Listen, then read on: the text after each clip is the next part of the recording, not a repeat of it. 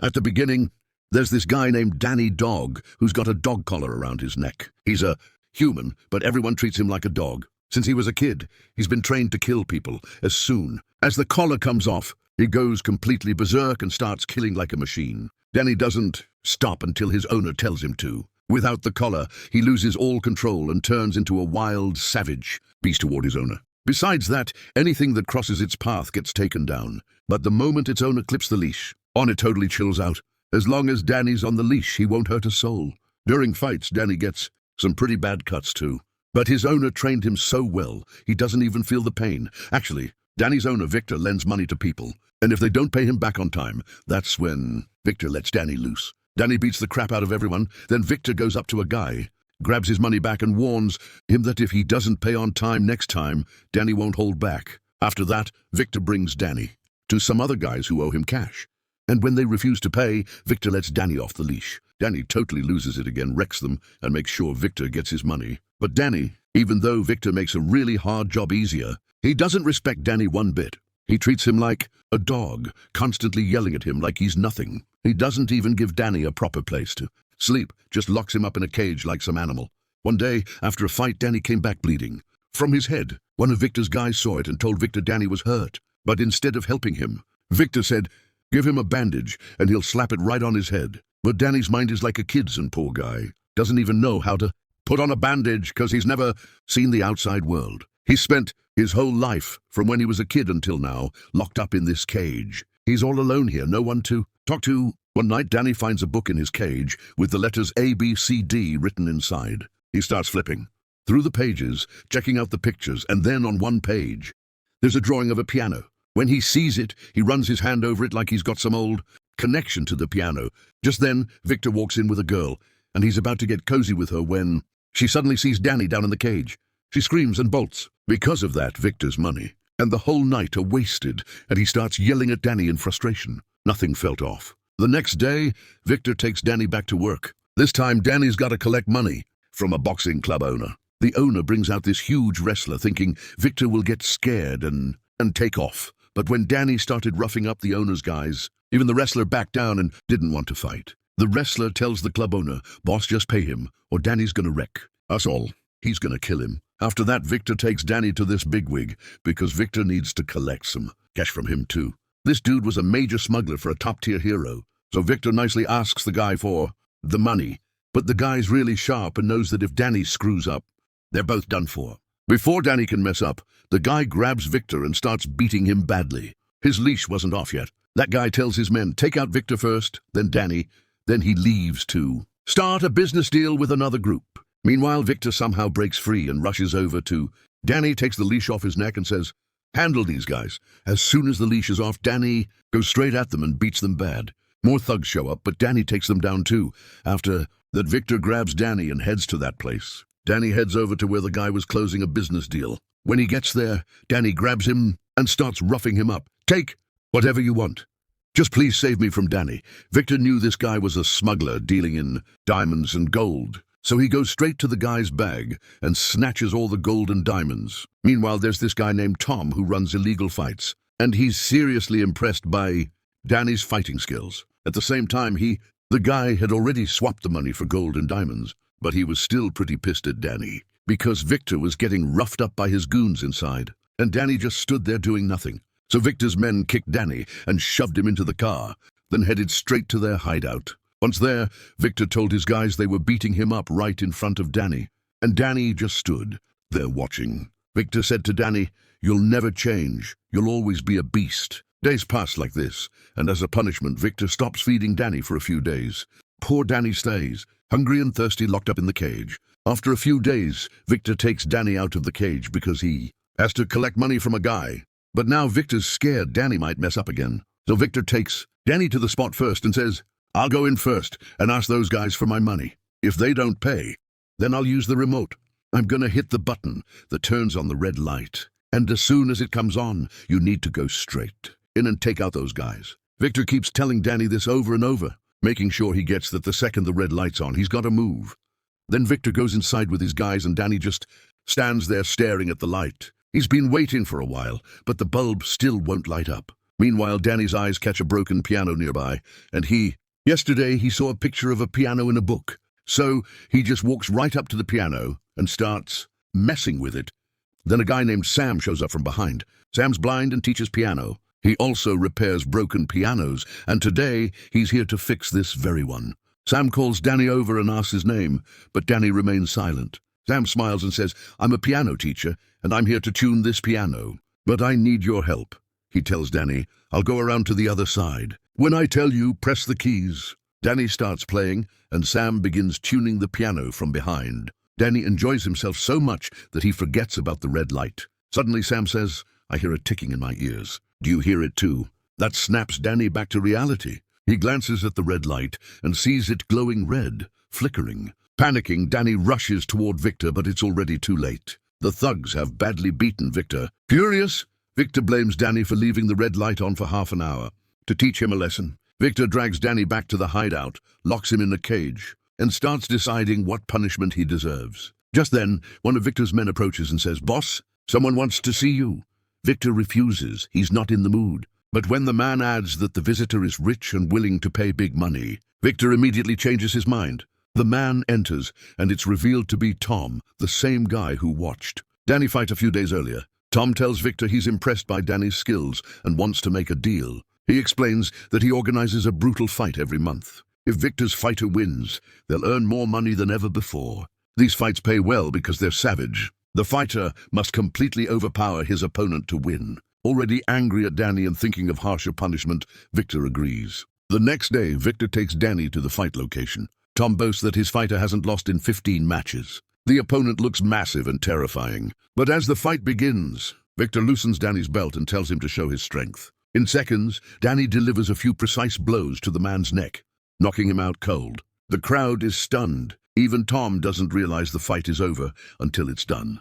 As promised, Victor collects the money, enough to last him an entire year. Overjoyed, he says, "From now on, Danny will fight for me, and I'll make a fortune." Feeling generous, Victor asks Danny what he wants. After a pause, Danny quietly replies, "I want a piano." Victor laughs and says, "What will you do with a piano?" Victor laughs and says he'll take Danny to a nice restaurant and introduce him to a girl, since he's never been out with one. But Danny calmly replies, "No, I just want the piano." They're still talking when suddenly a truck slams into their car, flipping it over. Armed men jump out and start shooting. These attackers are working for the gold smuggler, whose operation Victor had crossed. The very next day, Danny is ambushed. Everyone around him is killed, but he somehow escapes. Badly injured and bleeding heavily, he runs straight to the place where he first met Sam. Sam is there, tuning the piano.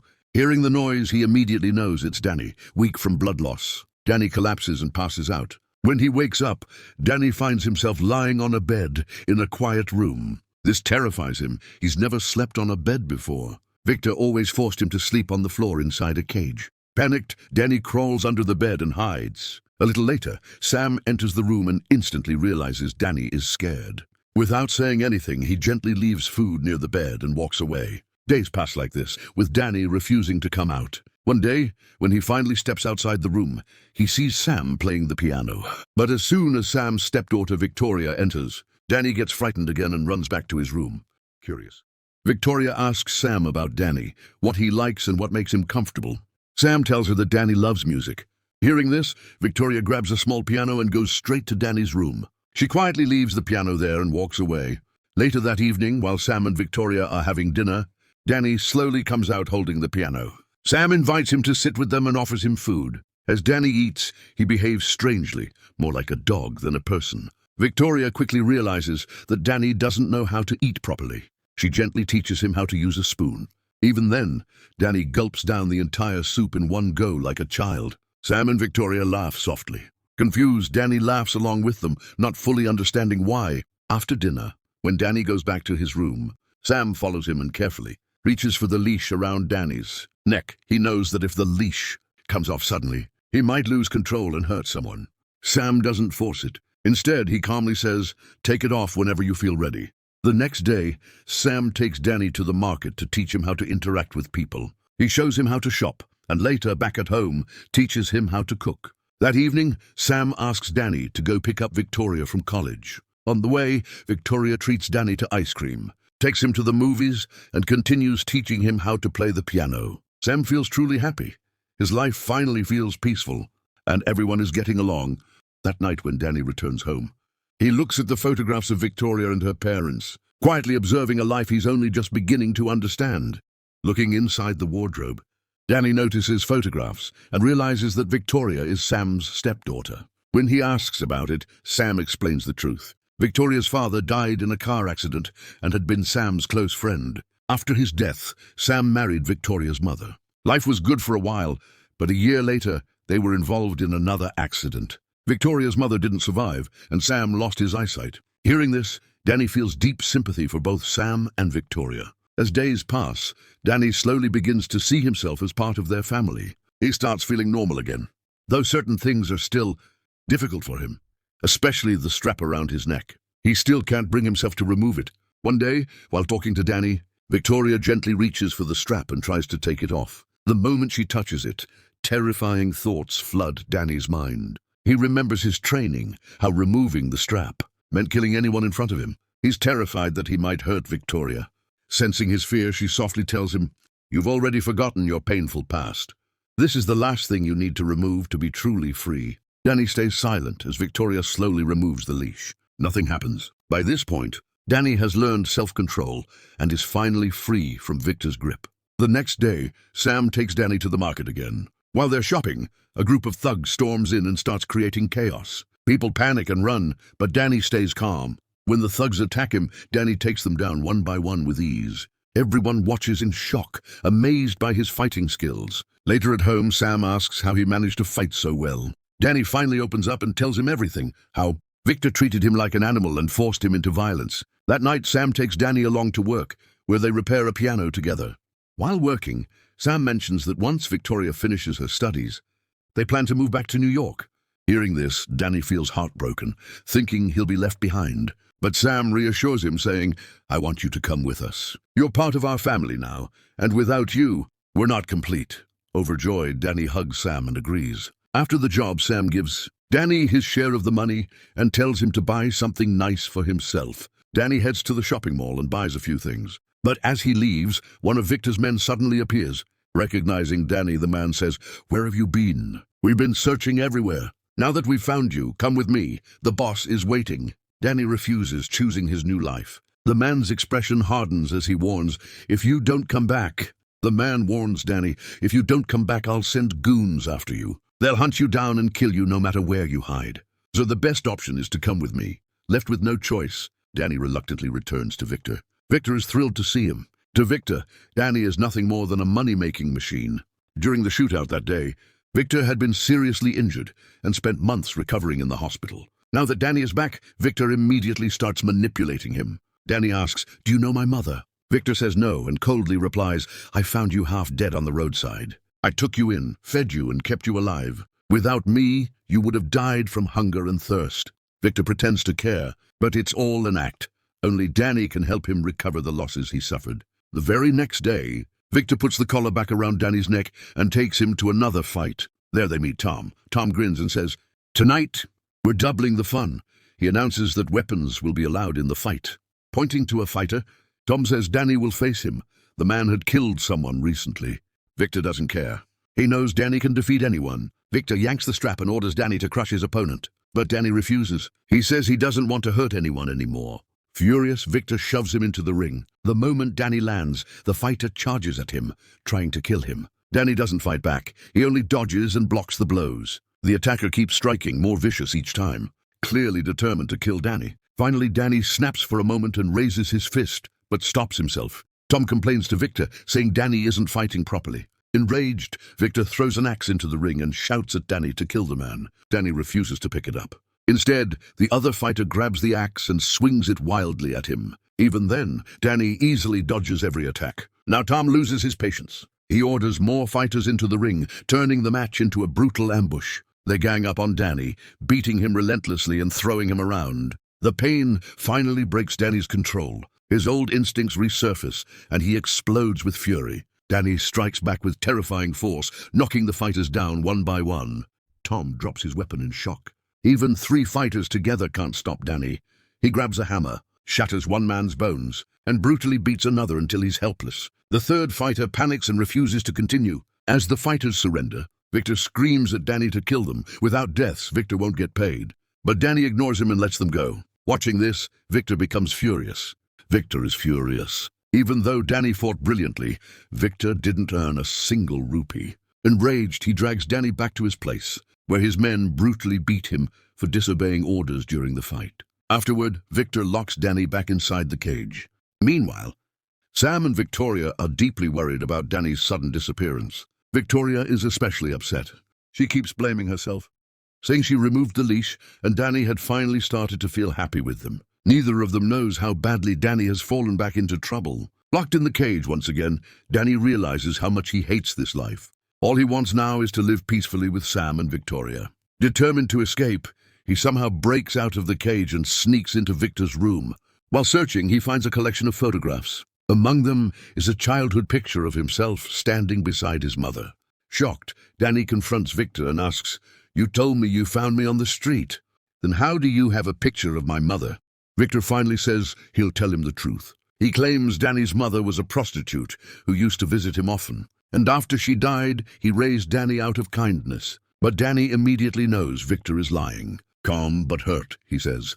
"My mother could never be that," and walks away. The next day, Victor takes Danny toward another fight. On the way, Danny suddenly jerks the steering wheel, causing a violent crash. Seizing the moment, Danny removes the strap from his neck and escapes. He runs straight to Sam and Victoria's house and shows Victoria the photo of his mother. Studying the picture, Victoria says, "Your mother looks like she came from a respectable family. I think she was a piano teacher. She's playing the piano." Here, Sam listens carefully. Victoria points out more details, explaining that the photo was taken inside an auditorium. As she describes it, Sam suddenly recognizes the place. The three of them go to that very auditorium. There, an elderly librarian tells them that many years ago, a talented pianist from China used to perform there. One day she disappeared without any explanation. She had a young son as well. But after her disappearance, no one ever heard about him again. The librarian gives them another photograph, this one clearly showing Danny's mother's face. They return home quietly. That night, Victoria walks into Danny's room and finds him sitting alone, staring at his mother's picture, lost in thought. Overwhelmed with emotion, Victoria gently takes the photo and studies it closely, trying to understand what music Danny's mother was playing in that moment. And that's when Victoria begins to realize something important. To make Danny smile, Victoria gently asks, "Do you want to hear the kind of music your mom used to play?" Danny instantly nods. Victoria begins playing the tune, and the moment the melody reaches Danny's ears, his buried memories come rushing back. He remembers his childhood. Years ago, his mother hid him inside a wardrobe. Moments later, armed men broke into the house, and among them was Victor. Danny's mother had borrowed money from Victor, and that day, Victor had come to take Danny as repayment. When his men tried to drag Danny away, his mother fought back. Enraged, Victor shot her dead, then took Danny with him. The truth finally hits Danny. Victor wasn't just his captor, he was the man who murdered his mother. Shaken, Danny tells Sam and Victoria everything and urges them to pack up and leave immediately. "They're looking for me," he warns. "If they find me here, they'll kill you too." At the same time, Victor arrives at the market Danny used to visit. Showing Danny's photo to a shop worker, he threatens to kill him unless he reveals Danny's address. Terrified, the man gives it up. Soon after, Victor's goons surround Sam's house. Acting fast, Danny locks Sam and Victoria inside a cupboard and sneaks out, leading the attackers away so Victor won't discover where they live. Outside, Danny faces wave after wave of goons. It feels like Victor has sent the entire city after him, but Danny refuses to stop. One by one, he takes them all down. Seeing his men defeated, Victor sends in his deadliest fighter. A brutal fight erupts. This opponent knows all of Danny's weaknesses and nearly kills him. For the first time, Danny faces someone who truly matches his strength. Beaten and bleeding, Danny still refuses to give up. After a long, merciless battle, he finally kills the fighter. The sight enrages Victor. He confronts Danny himself, opening fire the moment he sees him. Danny barely escapes and runs back towards Sam's house. Victor follows him inside and notices the leash lying on the floor. Realizing Danny lives here, he spots him and raises his gun. Victor sneers, "This isn't your home. You were made for that cage. If you live among people, you only bring danger to them, just like you did now. Because of you, they're going to die." Then he offers a deal. "Come back with me and I'll let them live." Hidden nearby, Sam and Victoria listen in terror as Victor smiles and tries to break Danny one last time. Slowly, Victor reaches down and lifts the leash. Victor sneers and says, "Come with me. This isn't your real world. The cage is where you belong. You'll be happy there. And if you don't come back with me, I'll kill the people you live with now." Terrified for Sam and Victoria, Danny steps forward and agrees to return with Victor. As Victor reaches for the leash, Danny suddenly stops his hand and says, "This is my home now." In that moment, Danny attacks Victor and beats him brutally. Today, he isn't fighting out of instinct, he's fighting for his mother. Overcome with rage, Danny is about to kill Victor. But Sam and Victoria rush in and stop him just in time. Victor continues provoking Danny, mocking his past and reminding him of how badly he treated Danny's mother. The words push Danny to the edge. Just as he's about to deliver the final blow, Sam strikes him on the head with a flower pot, knocking him unconscious. With Victor no longer able to provoke him, Danny slowly calms down. Soon after, the police arrive and arrest Victor, sentencing him to life in prison. Time passes, and Danny finally finds what he never had, a family. Free from his nightmare, he begins living a peaceful, happy life. In the final scene, a large crowd gathers to watch Victoria's music performance. Before she begins, she dedicates the concert to a very special person. Danny whispers to Sam that she must be talking about him. Sam smiles and replies, "No, she's talking about you." As Victoria plays the same piece of music Danny's mother once composed, Danny smiles with quiet joy. He is no longer a prisoner of his past. And with that, the story comes to an end.